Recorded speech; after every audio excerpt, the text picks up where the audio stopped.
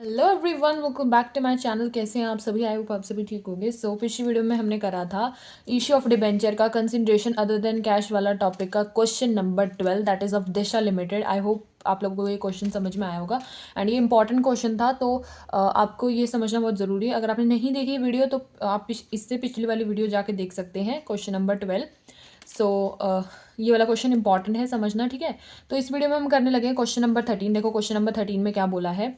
A company purchased assets of the book value of 12 lakh. 12 lakh की जो assets हैं वो जिनकी बुक वैल्यू गिवन है हमें एसेट्स की, वो जो है वो परचेज कर रही है 12 लाख की। एंड लाइबिलिटीज की बुक वैल्यू गिवन है 2,20,000। Another company for the purchase consideration of 9,40,000।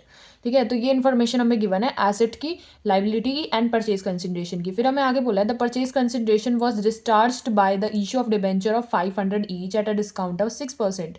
हमें आगे बोला है कि परचेज कंसिडरेशन जो है वो डिस्चार्ज कर दिया जाता है इशू ऑफ डिबेंचर 500 उनका जो है वो फेस वैल्यू है एंड 6% के डिस्काउंट पे जो है वो दिए जा रहे हैं। फिर आगे हमें बोला है कि pass the necessary journal entry of purchasing of books of purchasing company and company return of all the capital loss in the first year itself.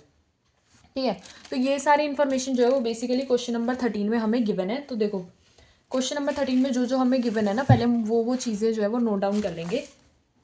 Question number 13, इसका सबसे पहले जर्नल एंट्री का फॉर्मेट बनाएंगे और ट्रांजेक्शन्स जो है वो as it is record करना सीधा सीधा स्टार्ट करेंगे। ठीक है, तो पहले आ जाएगा particulars, ledger folio, your debit balance and credit balance.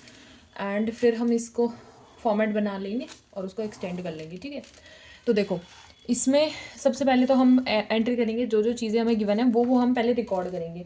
तो दैट इज़ सन्ड्री एसेट्स हमें गिवन है, सन्ड्री एसेट्स जो है वो डेबिट हो जाएंगी हमारी। ठीक है, सन्ड्री लाइबिलिटीज़ हमें गिवन है, सन्ड्री लाइबिलिटीज़। ठीक है, अब इनके अमाउंट लिख लेंगे। सन्ड्री एसेट्स की हमें अमाउंट गिवन है क्वेश्चन में 12 लाख, जो कि बुक वैल्यू गिवन है। सन्ड्री लाइबिलिटीज़ की गिवन है 2,20,000। ठीक है, फिर हमें बोला है कि परचेज कंसिडरेशन भी गिवन है, तो वेंडर कंपनी हम जो है वो लिख लेंगे। ये है हमारी 9,40,000 की। ठीक है, परचेज कंसिडरेशन गिवन है। अब देखो डिफरेंस ऊपर नहीं आ रहा, क्यों?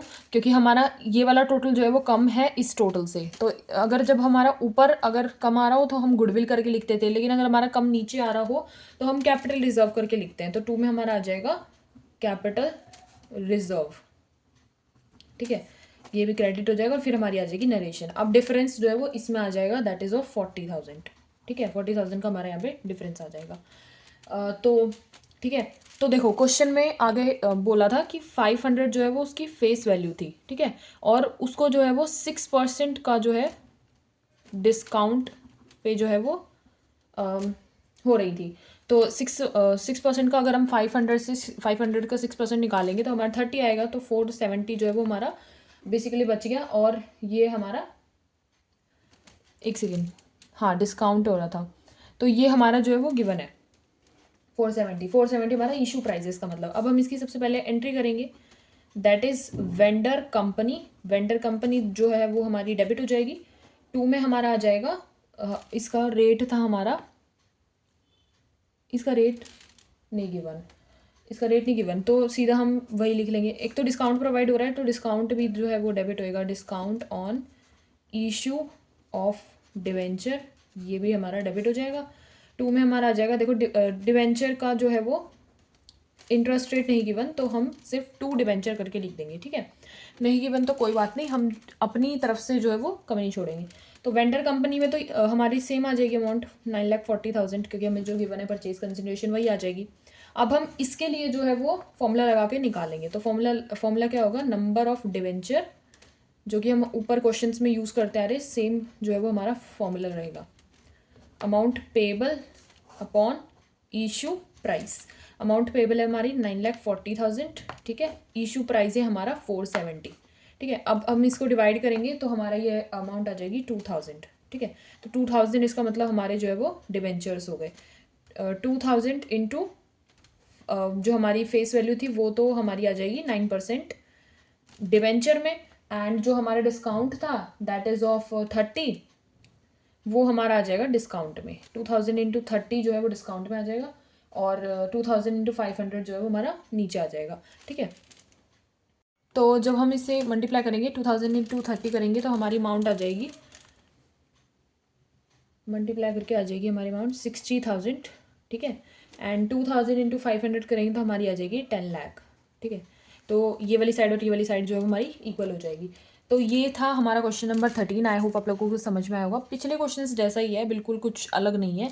12 तक थे जो क्वेश्चंस जो थोड़े से आपको ऐसे लग रहे होंगे कि अब ये तो नहीं है, बट 13 से जो क्वेश्चंस है ना वो ऑलमोस्ट ज़्यादातर जो है वो रिपीट होने ही स्टार्ट हो गए हैं। ठीक है, तो क्वेश्चन नंबर 13 तो हमारा ये था। अब नेक्स्ट वीडियो में हम करेंगे क्वेश्चन नंबर 14 जे लिमिटेड वाला। आई होप आप लोगों को क्वेश्चन नंबर 13 तक जो है वो क्वेश्चंस जो है वो समझ में आए होंगे। अगर आपको फिर भी कोई डाउट रहता है तो कमेंट सेक्शन में आप लोग मुझसे पूछ सकते हैं, किसी भी टॉपिक से रिलेटेड, या आपको कोई और टॉपिक समझना हो उससे रिलेटेड भी आप कमेंट सेक्शन में बोल सकते हैं मेरे को। मैं पूरी कोशिश करूँगी उस पर भी वीडियो बनाने की। सो आई होप आप लोगों को ये समझ में आएगा। Don't forget to like share and subscribe to my YouTube channel, hit the bell icon to get the for notifications. Bye bye.